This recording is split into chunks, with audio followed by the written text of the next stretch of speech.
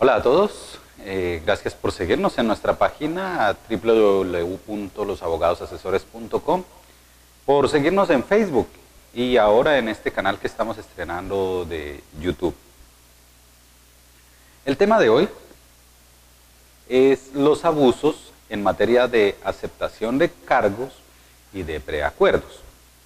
Recordemos que quien está inmerso en una investigación penal se ve lleno de temores acerca de su libertad, del escarnio público, de las multas, de las inhabilidades, de todo lo que conlleva un proceso penal. Hasta la misma familia se ve inmersa en esas situaciones tan incómodas y dolorosas que resultan de ese temor a la pérdida de la libertad. Y es que el abuso surge de la ausencia de una asesoría adecuada y oportuna en materia penal. Para esto es importante que precisemos la estructura práctica del proceso penal. ¿Cómo se inicia un proceso penal?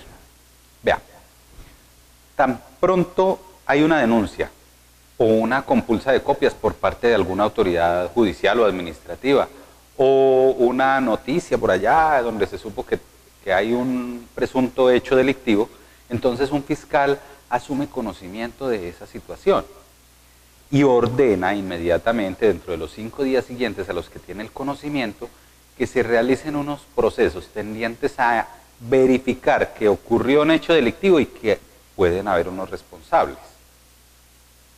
Esa indagación no la hace directamente el fiscal porque él no tiene el tiempo, ni los medios, ni todo para atender esa situación. Él va a delegar a través de unos funcionarios de policía judicial, o llámese SIJIN o CTI.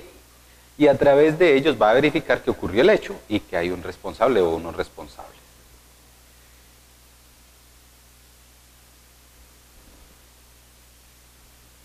Después de la etapa de indagación, que concluye que sí, efectivamente existió un hecho, y que sí, efectivamente hay uno o unos responsables, entonces viene una diligencia que se llama formulación de imputación.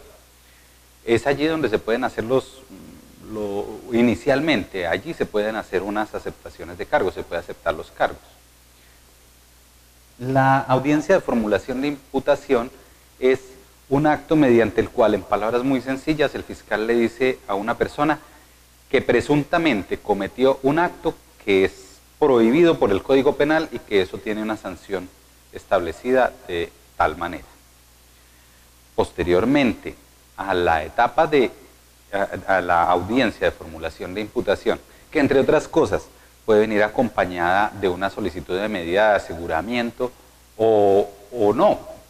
Y esa medida de aseguramiento, si la hay, puede ser intramural o extramural, o es decir, presentaciones o prisión domiciliaria.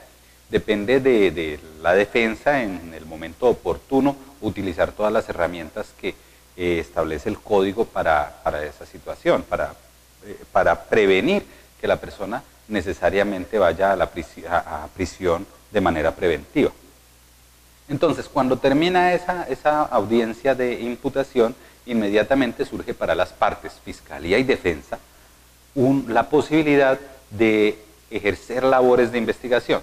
La fiscalía, a través de unos investigadores de policía judicial, CTI o SIJIN, va nuevamente a verificar, esta vez, la responsabilidad del implicado en los actos que se investigan.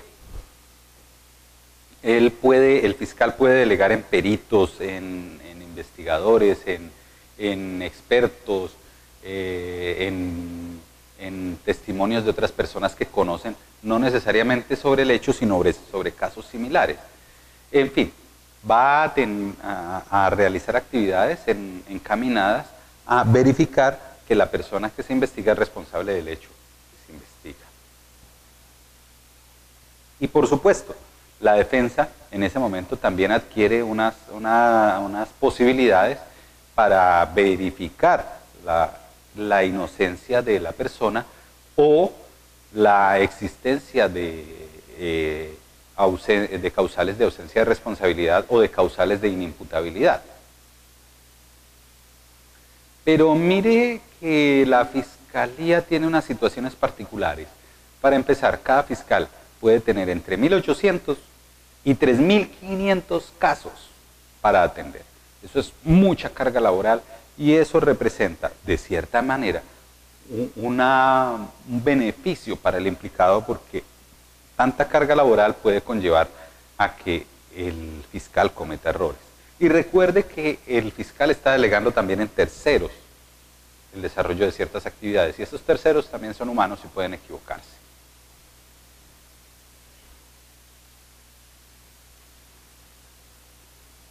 Mire también que hay otras maneras de terminar un proceso penal. Mire, el principio de oportunidad establece 18 causales. Están consagradas en el artículo 324 del Código de Procedimiento Penal. El otorgamiento de un principio de oportunidad quiere decir que de parte del implicado hay una aceptación de cargos, pero no necesariamente, o sea, lo más posible es que esta persona no va a ir a la prisión, ni siquiera va a obtener una condena en prisión domiciliaria. Va a haber otro tipo de sanción, que puede ser, por ejemplo, la realización de unas charlas en determinados grupos sociales o en escuelas o en colegios, en fin. Otro tipo de sanciones que no son carcelarias y que ni siquiera van a generar un antecedente. Existe el desistimiento y la conciliación en procesos querellables. Recordemos que el proceso querellable es aquel que solo puede ser iniciado por la persona que fue afectada con el presunto hecho delictivo. Por ejemplo, las lesiones personales. Pues existe el archivo de las diligencias, que es cuando la Fiscalía por alguna razón encuentra que por ahora no puede continuar con la investigación. Y existe la preclusión, que es cuando encuentra que definitivamente no hay posibilidad de continuar con la investigación. Entre las dos, entre el archivo de las diligencias y la preclusión, que son similares, existe una gran diferencia, y es que la preclusión hace tránsito a cosa juzgada. Eso quiere decir que nunca más se podrá volver a hablar de ese hecho en materia penal en ningún juzgado. No va a volver a poder ser investigada la persona por esos hechos. Posteriormente a la realización de la audiencia de formulación de imputación, viene una audiencia de formulación de acusación. En esa audiencia, que entre otras cosas marca el final de la etapa de investigación para la Fiscalía, porque de ahí en adelante no puede volver a hablar de otros hechos relacionados con el caso, sino los que consiguió hasta acá, hechos y pruebas. No puede relacionar otros diferentes. Hasta aquí llegó. Y en esa diligencia, la Fiscalía expone una teoría del caso sustentada en la audiencia de formulación de imputación. Es decir, lo que dijo acá lo va a desarrollar acá con unos elementos materiales probatorios que va a poner a disposición y consideración de la defensa. Le va a decir al señor juez: mire, señor juez, para demostrar la existencia de este acto y de la responsabilidad del acusado, traigo estos elementos. Y los pone de presentes para que la defensa los conozca y posteriormente, en la siguiente audiencia, los debata, los discuta. Puede que esas pruebas hayan sido obtenidas ilegalmente, pueda que tengan causales de rechazo, de exclusión, en fin. Va a presentar una teoría del caso. En esa audiencia, nuevamente, el investigado, que ahora se llama acusado, podría volver a aceptar cargos. Pero también surge para la defensa una posibilidad, y es la de presentar solicitud de nulidades. La nulidad es para que se devuelva todo lo que se hizo hasta el momento en que se hizo mal.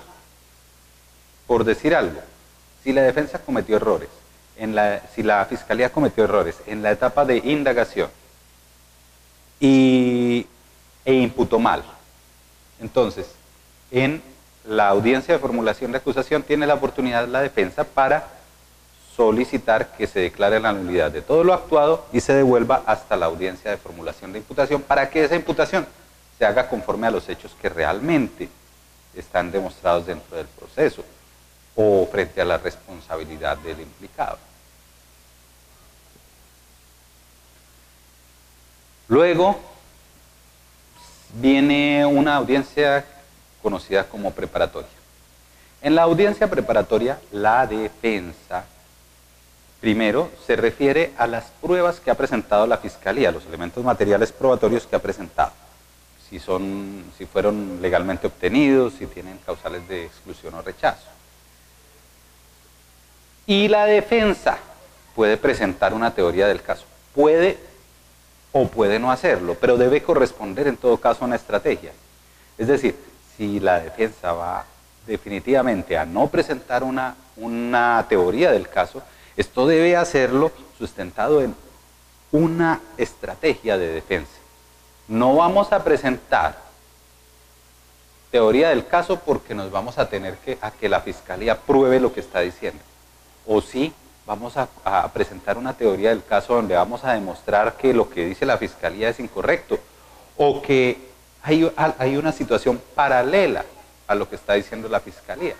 Y esa situación paralela puede conllevar causales eximientes de responsabilidad, atenuantes de responsabilidad o causales de inimputabilidad. Finalmente, concluida la audiencia de preparatoria, el juez programa una nueva fecha para la realización del juicio. Este juicio puede durar un día o puede durar varias sesiones. En la audiencia de juicio se van a debatir todas las pruebas que han presentado las partes. Va a salir los testigos de la Fiscalía, van a salir los testigos de la defensa, se van a presentar los documentos, todos los materiales o elementos probatorios que han sido allegados correctamente al juicio. Porque puede ser que la Fiscalía tiene muy buenas pruebas, pero el fiscal no supo introducirlas al juicio. Y entonces carecerían de validez y no podrían ser debatidas. También hay unos alegatos conclusivos. La Fiscalía presenta los suyos diciendo, vea, lo que sucedió fue tal cosa, aquí se probó, se demostró. Y la defensa hará lo suyo. La Fiscalía no demostró, la defensa sí probó, bueno, en fin. Todo esto tiene como propósito convencer o tratar de convencer al juez, cada uno, Fiscalía y defensa, de que cada quien tiene la razón, de que con sus elementos materiales probatorios y con sus discursos se ha demostrado que sucedió o que no sucedió el hecho. Y ahora que conocemos el proceso penal, la estructura básica, por encima, podemos llegar a unas conclusiones. La primera de ellas, quien está inmerso en una investigación o en un proceso penal no debería esperarse a la formulación de imputación para ver cuál va a ser su estrategia de defensa. A partir del momento en que tiene el conocimiento de que existe una denuncia en su contra, debería empoderarse y apropiarse de ese proceso y ejercer su derecho material a la defensa. De manera que, si va a llegar a una formulación de imputación, la Fiscalía ya tenga elementos materiales suficientes para adecuar los hechos a la conducta y a la normatividad jurídica que le aplica. De manera que si la persona decide aceptar los cargos, lo pueda hacer de una manera consciente y razonada y que la pena a imponer en consecuencia sea justa. O por el contrario, la defensa trata de conocer un poco sobre los elementos materiales que tiene la Fiscalía en esa etapa de indagación. Y lo que se encuentra es que es mejor esperar. Y en audiencia de formulación de imputación no aceptar los cargos, para posteriormente hacer un preacuerdo. Pero A lo que voy es que no siempre es la mejor alternativa aceptar los cargos. Esto sería, si esto fuera medicina, la aceptación de cargos y el preacuerdo serían como la cirugía. Es el último recurso de todos los que vamos a utilizar, porque se trata de la libertad, del buen nombre, de la dignidad de una persona. Y eso hay que protegerlo. El juicio no es fácil para ninguna de las partes. El hecho de que haya una denuncia y de que haya la fiscalía y de que llegue a imputación no quiere decir necesariamente que va a haber una condena. Es que se trata de un juicio donde son seres humanos los que lo realizan. La fiscalía está dirigida por un ser humano. Y los investigadores que realizan las tareas para la fiscalía también son seres humanos. Están inmersos en todas las posibilidades de error que existen. La fiscalía tiene una enorme carga laboral. Obsérvese y compréndase lo que eso quiere decir. Y cuando se trata de preacuerdos es importante que los abogados y los asesores expliquen suficiente y conscientemente a sus representados o a sus defendidos lo que esto quiere decir, porque en muchas ocasiones se han visto casos donde el implicado está muy contento porque logró un preacuerdo que le va a disminuir la pena al 50%, pero en ningún momento el asesor jurídico le indicó que ese 50%, esos 3, 4 o 5 años los tiene que ir a pagar a la cárcel.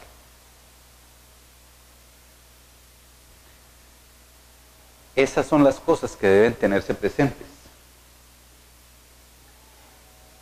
Por último, no se olvide que es que existen eximentes de responsabilidad, que existen causales de inimputabilidad, que existe el principio de oportunidad y que la fiscalía comete errores.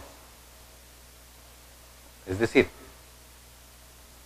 si definitivamente el implicado está dispuesto a aceptar su responsabilidad y la correspondiente sanción penal, económica e inhabilidades, debe ser porque hay unas situaciones muy particulares que es así que lo recomiendan.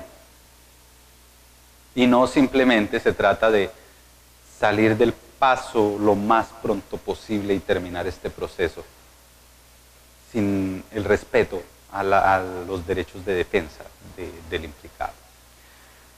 Bueno, muchas gracias por escucharnos. Recuerda que cualquier consulta puedes dirigirte a la página www.losabogadosasesores.com. Muchas gracias.